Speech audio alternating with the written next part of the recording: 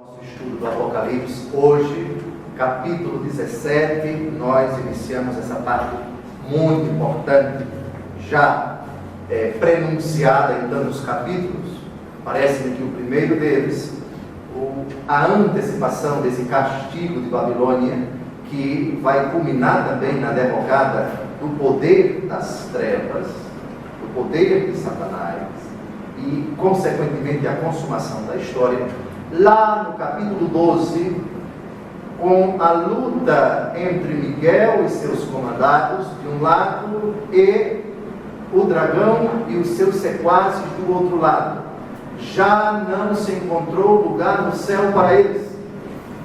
Ora, se não há lugar no céu para eles, então eu vou partir para a terra. E partiu furioso, porque sabia que pouco tempo restava. O mal que Satanás fez agora vai chegar ao seu fim. Mas primeiro, Babilônia vai ser castigada. A punição definitiva, o julgamento do poder das trevas vai ser já no finalzinho do livro do Apocalipse. De que trata o capítulo 17? Trata do castigo de Babilônia. Babilônia é um eufemismo para falar da Roma imperial, do poder civil do tempo do apóstolo e evangelista João.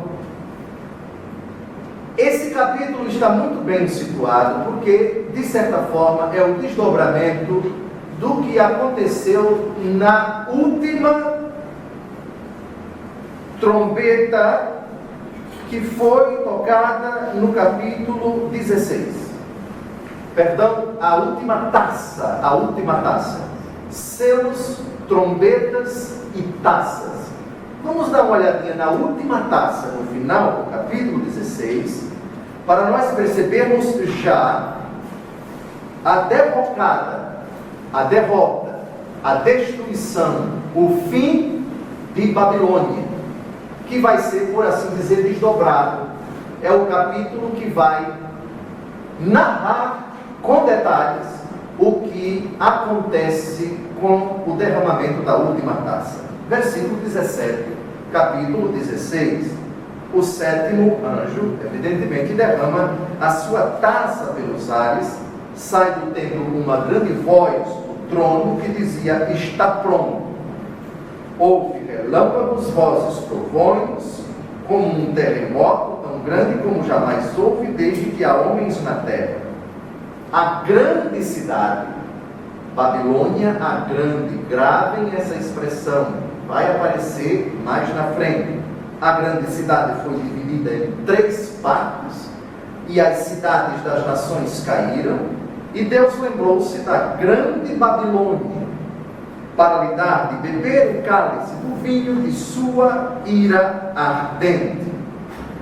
Pronto, o capítulo 17 desdobra esse fato. Começamos então o capítulo 17 com o versículo 1. Veio então um dos 7 anjos, que tinham as 7 taças, e falou comigo: vem, e eu te mostrarei a condenação da grande meretriz, que se assenta à beira das muitas águas. Primeiro veio um dos 7 anjos. Qual dos 7?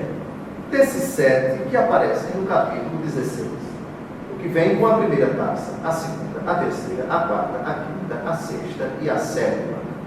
Não sabemos qual dos 7. O importante é saber que ele é um mensageiro de Deus. Vem da parte de Deus. É um ministro de Deus. É um representante de Deus. Depois, outra coisa muito importante, a grande prostituta, a grande meretriz. Grande meretriz. Ela aparece no versículo 5. Vamos dar uma olhada no versículo 5. Na sua fronte estava escrito um nome simbólico: Babilônia, a grande, a mãe da prostituição e das abominações da terra. É a Roma idólatra. Vamos dar uma olhada no capítulo 18, versículo 3. Porque todas as nações beberam do vinho da ira de sua luxúria, pegaram com ela os reis da terra, e os mercadores da terra se enriqueceram com o excesso do seu luxo. Então, o versículo 1, na voz do anjo, trata da condenação de Roma, do Império Romano, cuja capital se chamava Roma. Outro aspecto importante desse versículo: ela se assenta à beira das muitas águas. Muitas águas. Mas, Dom José, a cidade de Roma é cortada por um rio, e um rio até pequenininho, um rio até muito estreito em comparação com os nossos daqui do Brasil, Rio Tietê, Rio São Francisco, Rio Amazonas. Quem vai à cidade de Roma diz: mas isso daqui é nada comparado com os rios do Brasil. Porque então o versículo 1 diz que a grande meretriz se assenta à beira das muitas águas. Essas muitas águas são simbólicas. Vamos ao versículo 15, porque nós temos a explicação dessas muitas águas, dessas águas copiosas. O anjo me disse: as águas que viste, à beira das quais a prostituta se assenta, são povos e multidões, nações e línguas. Repare, nós estamos num livro carregado, cheio de simbolismo. É a palavra-chave: simbolismo, lá no comecinho do capítulo 1. Então, não se trata aqui nem de um mar, até porque Roma está a 50 quilômetros ou 60 quilômetros do mar. Óstia de Lido, onde fica, aliás, o aeroporto intercontinental Leonardo da Vinci, é outra cidade. Roma não tem praia, Roma não tem lago, Roma só tem um rio, o rio Tibre, ou rio Tevere, em italiano, o Tibre. Portanto, aqui não se trata de nenhum dado geográfico que existiu ou que vai existir. Aqui é simbolismo. São povos e multidões, nações e línguas. Muito bem. Versículo 2, com a qual, lembrando ainda o versículo 1, a grande meretriz que se assenta à beira das muitas águas, continuando, com a qual se contaminaram os reis da terra. Ela inebriou os habitantes da terra com o vinho de sua luxúria. É próprio da prostituta que está se embriagando seduzir os homens para dormir com ela. E isso se faz ordinariamente com, digamos assim, com o jogo erótico, que inclui, por vezes, já que se trata de uma mulher que está bêbada, que está embriagada, embriagar aqueles que vão cair nos seus braços, aqueles que vão dormir com ela. Roma, o Império Romano, exercia esse poder tremendo. Primeiro, convidava os povos que estavam para serem invadidos para uma aliança. Faça uma aliança conosco. Nós temos, o nosso exército está pronto para invadir a sua terra. Se você se recusar, nós vamos invadir. Então é preferível que vocês façam uma aliança conosco. Nós vamos mandar aí, as regras serão nossas, e nós vamos deixar vocês em paz, contanto que vocês obedeçam, contanto que vocês paguem os impostos, contanto que vocês, enfim, a famosa Pax Romana. Ou seja, faça aquilo que eu quero, não resista, não faça nenhum tipo de reação, de rebelião, e ponto final. E muitos povos acabaram sucumbindo dessa forma. Então só havia duas maneiras de se estender o império. Roma teve a origem ali na terra dos etruscos, 753 a.C., com Rômulo e Remo, e foi crescendo paulatinamente. Não se tornou esse império algo gigantesco que dominou, que tinha toda a Europa, o norte da África e parte da Ásia, por acaso. As conquistas aconteciam, seja pelo convencimento na marra, isto é, na guerra, ou então, vamos fazer alguma coisa. Nós vamos invadir a sua terra, isso daí vai ser nosso. Você só tem duas alternativas: ou faz aliança conosco, ou, do contrário, vai na marra mesmo. Pois bem, aí está, se contaminaram os reis da terra. Ela inebriou os habitantes da terra com o vinho da sua luxúria. Os reis da terra, trata-se aqui dos reis sujeitos a Roma. Na linguagem dos profetas, a prostituição designa, de tudo, as corrupções religiosas da idolatria, geradora de toda espécie de depravações morais. Fez aliança com Roma, está sujeito a Roma, então agora vai ter que acreditar nos deuses de Roma e vai ter que admitir os costumes romanos, costumes pagãos. A depravação moral, a licenciosidade de costumes e tudo aquilo que vocês já sabem da história. Então, era um contágio, uma contaminação necessária. Pensemos os povos da Britânia. Hoje, Reino Unido, Inglaterra, Escócia, Irlanda do Norte, Irlanda do Sul, foi invadido. Os costumes daqueles povos acabaram sendo os costumes dos romanos. Idem, todos os territórios que pertencem à atual Europa. Idem, norte da África. Idem, Ásia. É uma contaminação de religião e de costumes. Aliás, as duas coisas andam sempre unidas. Três, eu diria. Três: governo, religião e costumes. Lembrem-se que essa distinção entre Estado, que nem existia naquele tempo, Estado e religião, é uma coisa relativamente recente na história da humanidade. Havia uma interação tremenda entre deuses, imperadores, oficiais, corte e o povo, exército, etc. Tudo estava impregnado de política, de religião e de política. E isso repercutia tremendamente em todos os âmbitos da convivência dos que integravam o império. Vamos dar uma olhada no capítulo 51, versículo 7 do profeta Jeremias. Aqui vocês vão entender por que Roma é chamada de Babilônia.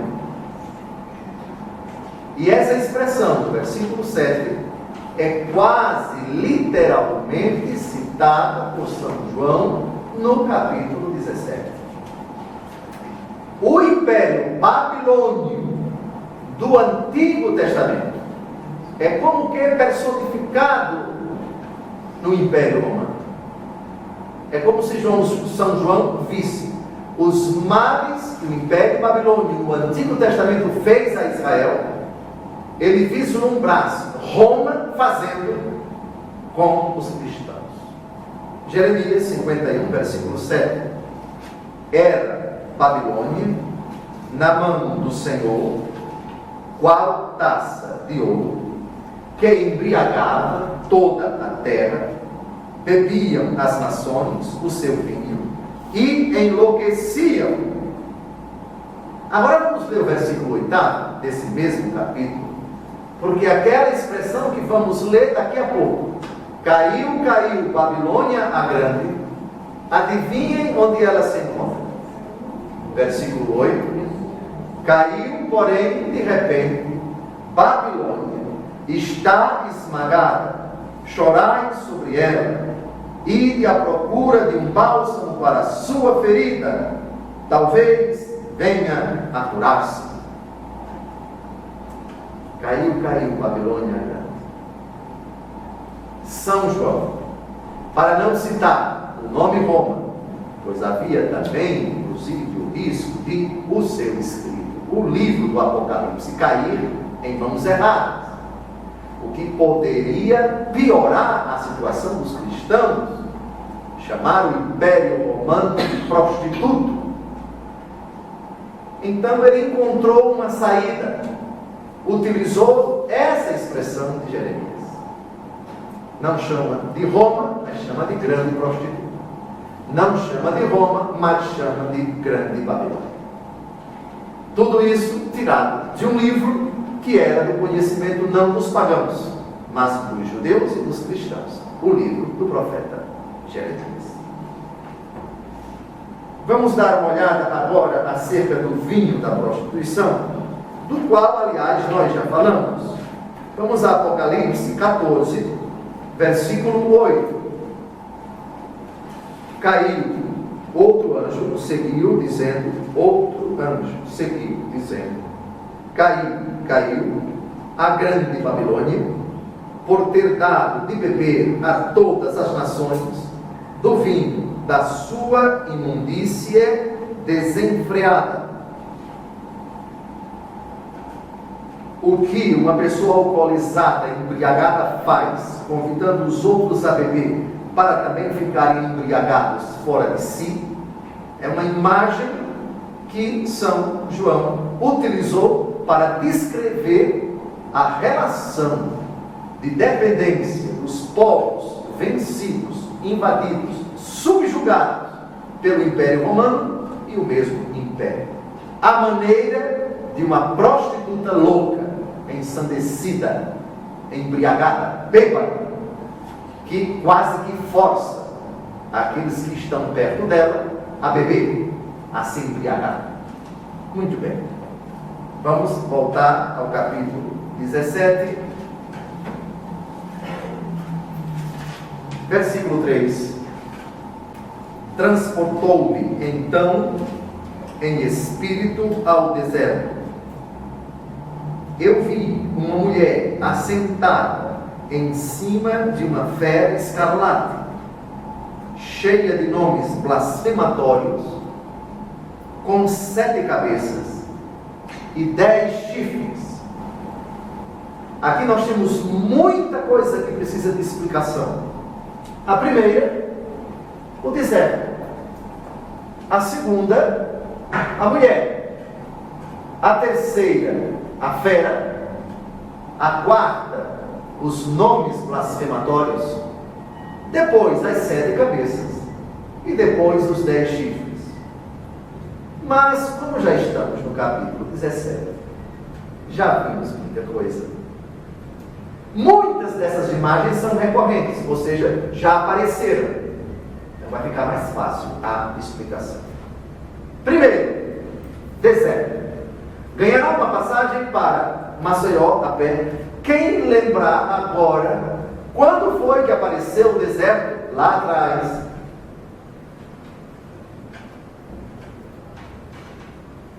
No Apocalipse, o deserto já apareceu.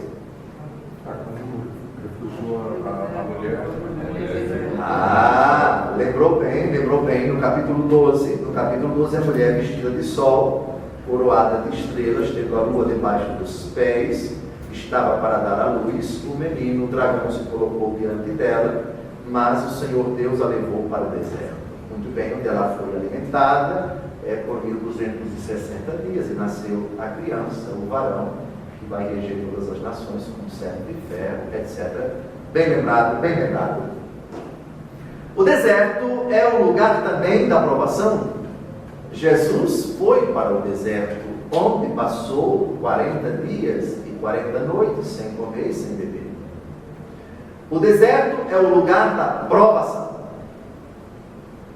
a presença do demônio. se manifestou depois desse período de 40 dias. Jesus foi ao encalço do demônio, lá na casa dele, por assim dizer. Então, o deserto é a habitação de animais impuros. É símbolo da impureza. É símbolo da hostilidade a Deus. Foi transportado em espírito ao deserto. Aqui temos um outro êxtase. É como se São João, apóstolo e evangelista, saísse de um lugar estático para outra cena, um outro lugar. Obviamente que São João, enquanto teve essa experiência, o seu corpo, muito provavelmente, permaneceu no mesmo lugar. Lembre-se, ele não foi transportado em corpo. Olhem o texto. Foi transportado em espírito. Como que ele saiu de si? Ele teve uma experiência de uma realidade que não era aquela topográfica, geográfica, na qual ele se encontrava, o seu corpo. Está claro? O êxtase permite isto. Muito bem. Depois de termos falado do deserto, vamos agora à fera escarlate. Fera escarlate. Fera. Essa figura já apareceu no capítulo 13. Aquela que se colocou no mar. Vamos dar uma olhada no primeiro versículo do capítulo 13. Esta velha conhecida. Vi então, Apocalipse 13, versículo 1. Vi então levantar-se do mar uma fera que tinha 10 chifres e 7 cabeças. Sobre os chifres 10 diademas, e nas suas cabeças nomes blasfematórios. Muito bem. A questão do escarlate, ela não pode passar despercebida. Quem pode lembrar qual foi a cor do dragão que aparece no capítulo 13, no capítulo 12, perdão, no capítulo 12. Muito bem, vermelho. Versículo 3, Apocalipse 12. Depois apareceu outro sinal no céu, um grande dragão vermelho. O vermelho, dependendo do contexto, dependendo da situação em que ele se encontra ou onde ele aparece, pode ter um significado até positivo. É a cor do Sagrado Coração de Jesus. É a cor do sangue, que é símbolo da vida. O sangue de Jesus, que nos salvou, que nos redimiu. Mas, aqui, é símbolo também do mal. É símbolo do pecado. É símbolo também do sangue derramado. Graças à fúria, graças à ira ensandecida. Veja o versículo 12 do capítulo 12. Versículo 12 do capítulo 12. Grande ira, porque sabe que pouco tempo lhe resta.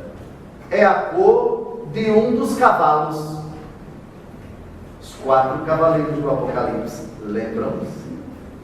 O cavalo vermelho, símbolo da guerra, símbolo do sangue derramado, símbolo das vidas ceifadas. Muito bem. Então, fera escarlate. 7 cabeças e 10 chifres. No mesmo capítulo 17, nós temos 2 explicações para essas 7 cabeças e para esses 10 chifres. Vamos ver o versículo 9.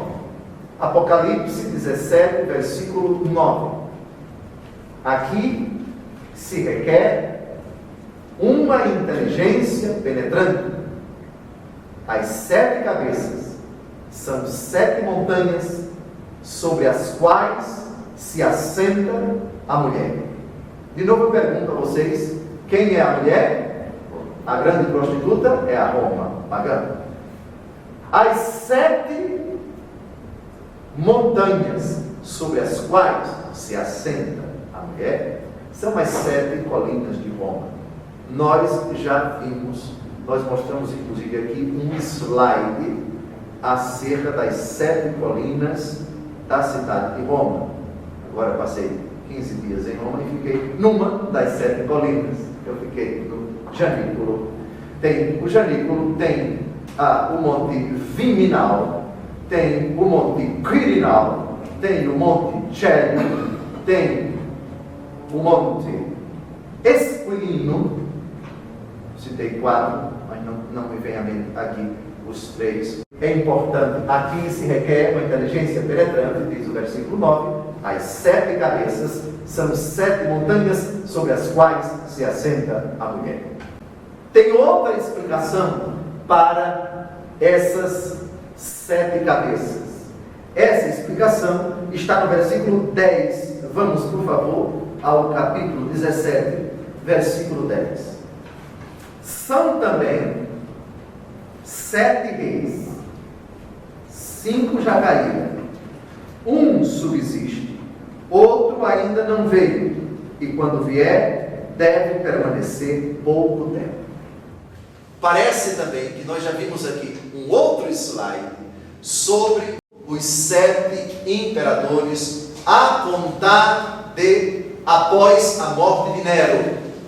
Desde a morte de Nero até o imperador da época em que o Apocalipse foi escrito, Domiciano, de 81 até 95 da era cristã, o finalzinho do primeiro século.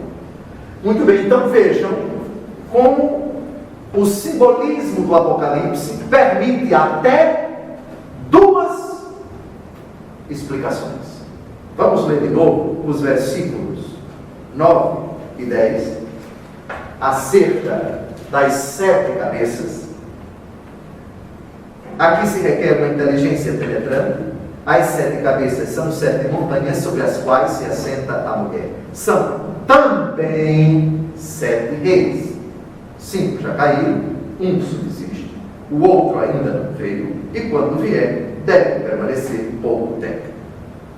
Discutem os exegetas a ordem desses imperadores. Conta-se a pessoa de Nero. Se a contagem for a partir de Nero, o 7º e o 8º, que ainda vai aparecer, muda. Se a contagem é a partir da morte de Nero, chega-se a um outro imperador. De qualquer forma, quando nós percebermos de novo no slide, a gente vai perceber. Parece a tese mais aceita entre os exegetas é que a contagem é a partir da morte de Nero. Nero não entra, seriam os outros seguidores de Nero, os sucessores de Nero. De qualquer forma, são imperadores romanos. Provavelmente, o 7º era exatamente Domiciano, no tempo de São João. São João, que escreveu no tempo do finalzinho do Império de Domiciano. Muito bem. E com relação aos chifres, vejam lá em cima. Os 10 chifres, diz o versículo 16, que viste, assim como a fera, odiarão a prostituta, hão de despojá-la e desnudá-la, hão de comer-lhe as carnes e a queimarão ao fogo. No versículo 12, nós temos a explicação desses 10 chifres. Quem são esses 10 chifres? 7 cabeças, já sabemos, 7 colinas de Roma e 7 imperadores. Um ainda virá e vai reinar por pouco tempo. 7 cabeças. 10 chifres, versículo 12. Os 10 chifres que viste são 10 reis que ainda não receberam o reino, mas que receberão por um momento poder real com a fera. Se trata de personagens que ainda não começaram a reinar. Não se sabe ao certo se pessoas integrantes do império ou outros reis de terras que ainda não eram do Império Romano, mas que passariam a ser. Trata-se de personagens do futuro. Vejam, ainda não receberam o reino, mas receberão, por um momento, poder real com a fé. Isto é, Roma vai dizer: eu dou autoridade a você. Como, por exemplo, no tempo de Jesus, quem mandava na Terra Santa? Herodes, Pôncio Pilatos. São rebentos do império, que recebem o poder do império, mas com ordens bem claras, com ordens bem precisas. Massacrar, se for preciso, abafar e exterminar qualquer rebelião contra o Império Romano e fazer valer as normas, as leis, as regras, os impostos do Império. O poder satânico, nós temos aqui na tríade satânica, nós temos, somente para lembrar, capítulos 12 e 13, o dragão e as duas feras. A primeira fera, o império; a segunda fera, o imperador, cujo número é 666. E essa fera dá poderes a esses reis, dá autoridade a essas pessoas, para que elas garantam o status quo do império ali onde elas têm jurisdição. Muito bem, vamos agora ao versículo 4. A mulher estava vestida de púrpura e escarlate, adornada de ouro, pedras preciosas e pérolas. Tinha na mão uma taça de ouro cheia de abominação e de imundície da sua prostituição. A mulher, nós já sabemos, é a Roma pagã, é a Roma idólatra. Agora, púrpura e escarlate. Por que ela está vestida dessa forma? Caracterizam-na como da raça de Satanás. Satanás é o grande dragão do capítulo 12. E esse dragão aparece com a cor vermelha, púrpura e escarlate.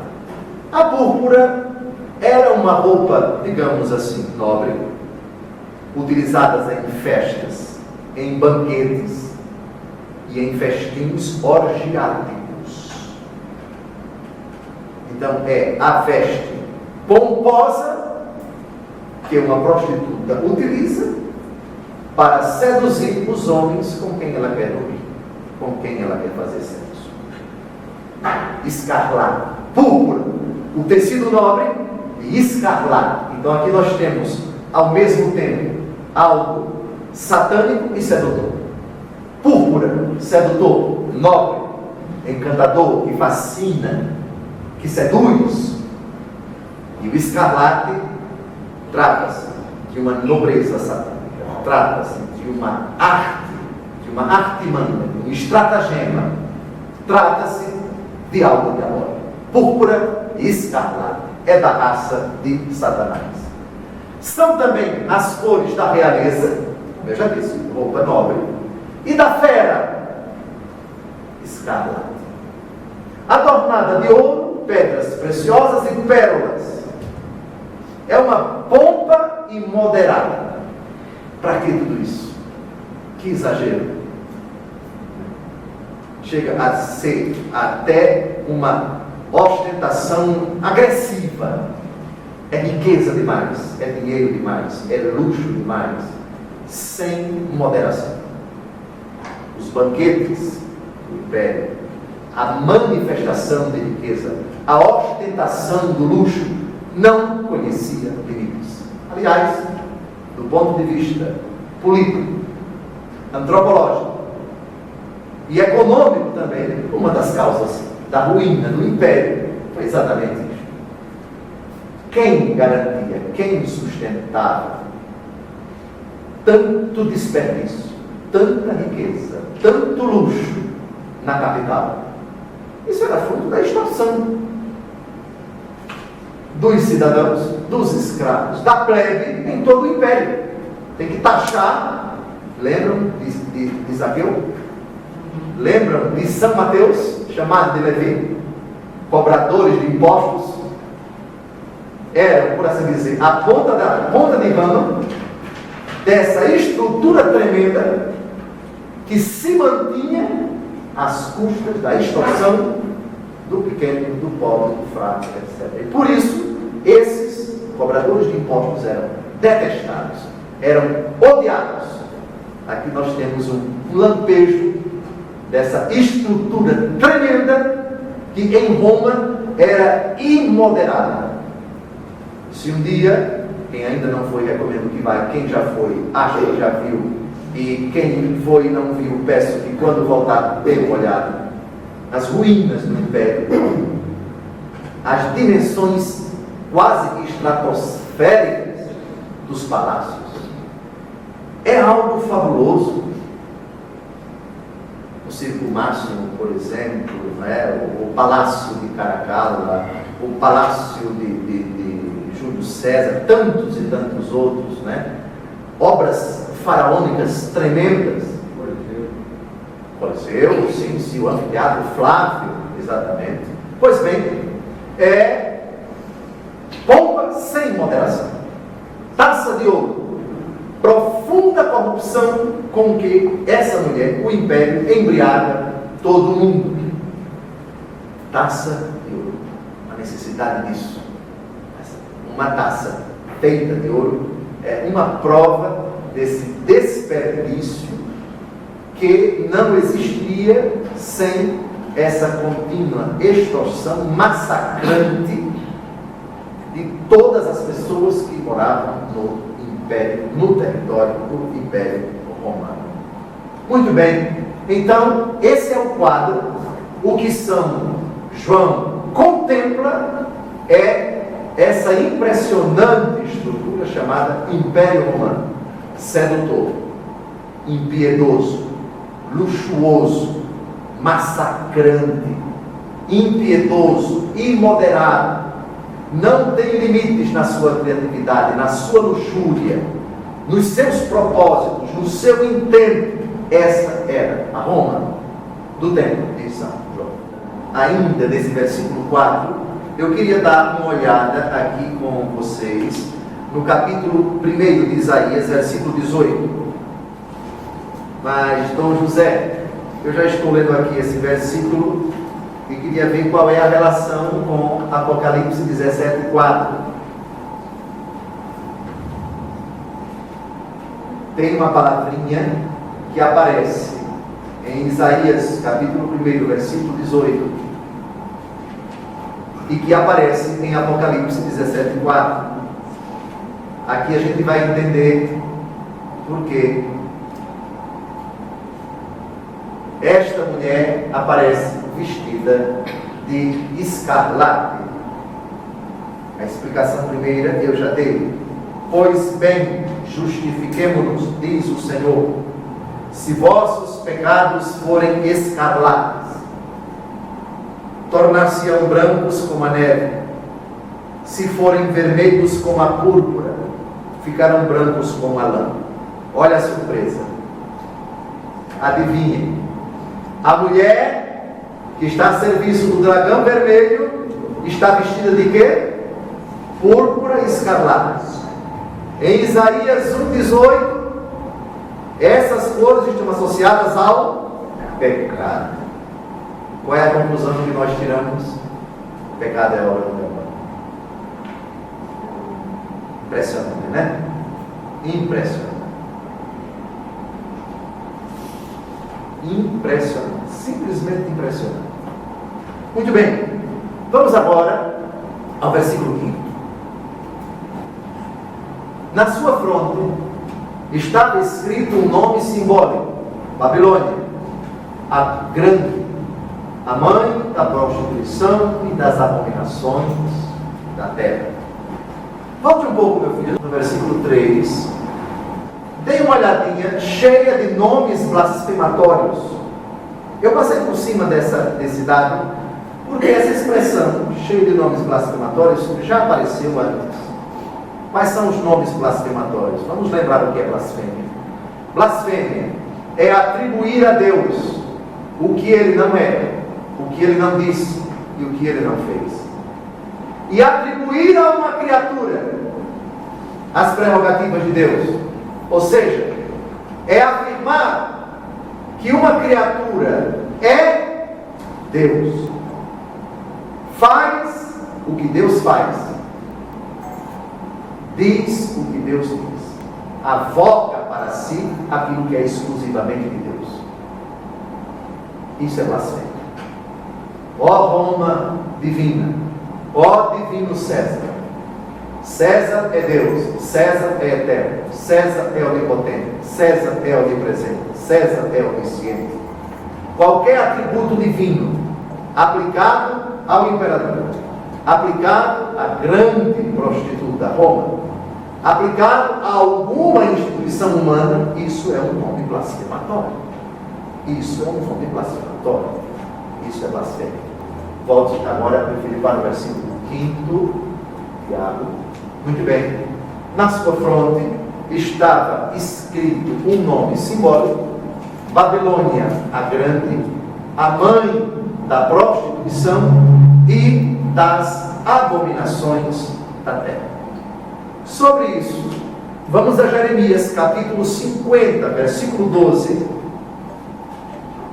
Olha que interessante. Ficará coberta de confusão a vossa mãe, aquela que vos gerou corará de vergonha. Ela é colocada no último lugar das nações, porque não é senão deserto, desolado e pantanoso. De quem está tratando aqui o profeta? Dê uma olhada no título desse capítulo. Dê uma olhada no título desse capítulo. É um oráculo contra quem? Contra a Babilônia. A Babilônia do seu tempo. Então vejam. Babilônia a Grande, a mãe da prostituição e das abominações da terra. Mãe, é ela quem gera na prostituição. É dela que parte toda a depravação da terra. Então, uma expressão que não é nova. São João conhece muito bem o Antigo Testamento e aqui utiliza uma expressão que aparece em Jeremias, capítulo 50, versículo 12. Muito bem, então ela tem um nome. Ela tem um nome escrito na sua fronte. Vamos colocar aqui uma linguagem popular, na testa, na fronte. Versículo 6. Vi que a mulher estava ébria do sangue dos santos e do sangue dos mártires de Jesus. E esta visão encheu-me de espanto. Aqui nós temos uma descrição dramática da chacina, eu não digo genocídio, mas da chacina impiedosa, das mortes anunciadas e não anunciadas, do ódio, da hostilidade do império contra os cristãos. Era algo, diríamos hoje, com a linguagem nossa, pessoal. Pelo simples fato de serem cristãos, não acreditam nos nossos deuses, não aceitam nossos costumes, devem ser perseguidos, devem ser dizimados. É uma classe, uma categoria de pessoas que precisa ser varrida da face da terra. A mulher é embriagada no sangue dos santos. Um passeio sem muito compromisso, mas com um interesse cristão nas ruas de Roma, não deixa de surpreender pela quantidade inimaginável de igrejas nessa cidade. É uma cidade moderna, grande, como tantas outras capitais de tantos outros países da Europa e do resto do mundo. Mas, puxa vida, ali tem uma igreja, ali tem outra. Entre E procure saber por que aquela igreja foi edificada. Aqui sucumbiu o mártir tal. Ali São Sebastião. Ali Santa Inês.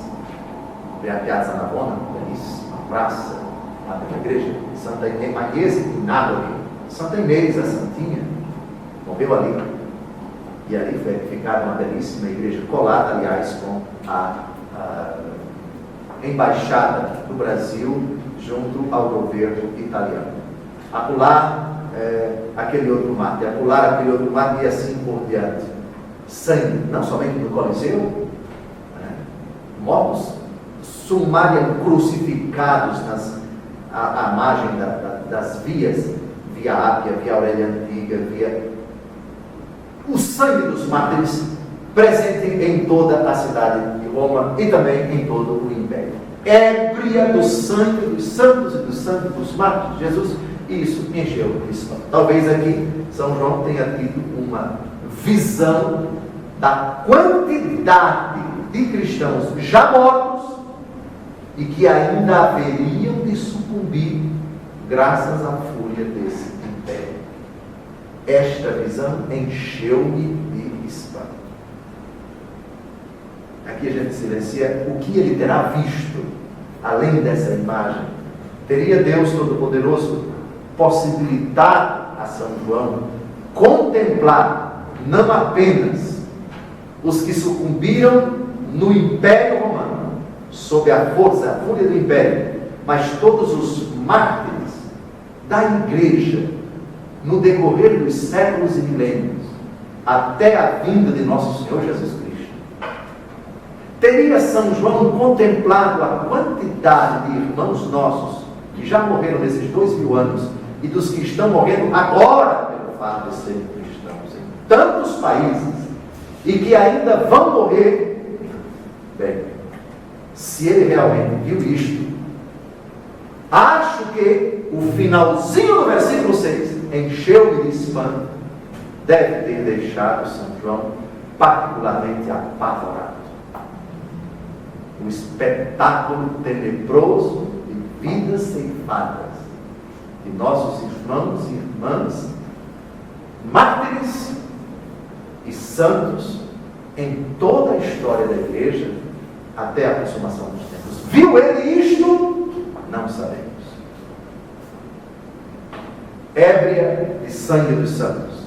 As perseguições romanas implicam frequentemente idolatria e assassinato. Era um ritual quase que sumário. Está preso, você está sendo acusado de não adorar o imperador, de não adorar os deuses romanos. Ou você adora, ou você queima incenso aos deuses, ou então morre.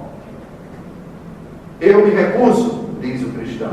Pois então, se é cidadão romano, cabeça cortada. Se não é cidadão romano, o espetáculo triste, doloroso, sádico, primeiro a surra, 39 chicotadas, 40 menos uma, e depois o espetáculo de carregar uma parte horizontal da cruz e no lugar designado é suspenso no madeiro e ficará ali até morrer. E se está demorando para morrer, quebrem as pernas dele para facilitar a dor pela asfixia e vai morrer também por asfixia.